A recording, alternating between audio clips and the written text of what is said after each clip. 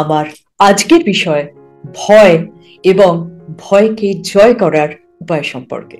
সবার আগে একটা কথা অবশ্যই জেনে রাখা দরকার। ভয়কে আমরা যতই ভয় পাই বা এই ভয় পাওয়া ব্যাপারটাকে আমরা নিজেরা যতটা বেশি অপছন্দ করি, ভয় কিন্তু আসলে ততটাও অপছন্দের জিনিস নয়, বা ভয় কিন্তু ততটাও নেগেটিভ অনুভূতি নয়। কেন জানেন? ভয় আছে বলে না আমরা সতর্কতা অবলম্বন করতে পারি।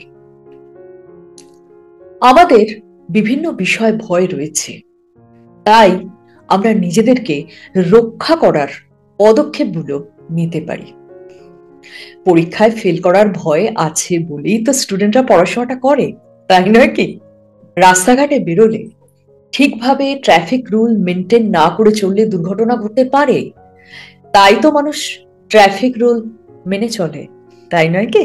আজকে আমি বেশ কিছু নির্দিষ্ট ভয় নিয়ে আলোচনা করব, যার মধ্যে প্রথম দুর্ঘটনার ভয়, দ্বিতীয়ত বদ্ধ জায়গায় আটকে পড়ার ভয় এবং অবশ্যই মৃত্যু ভয় সম্পর্কে।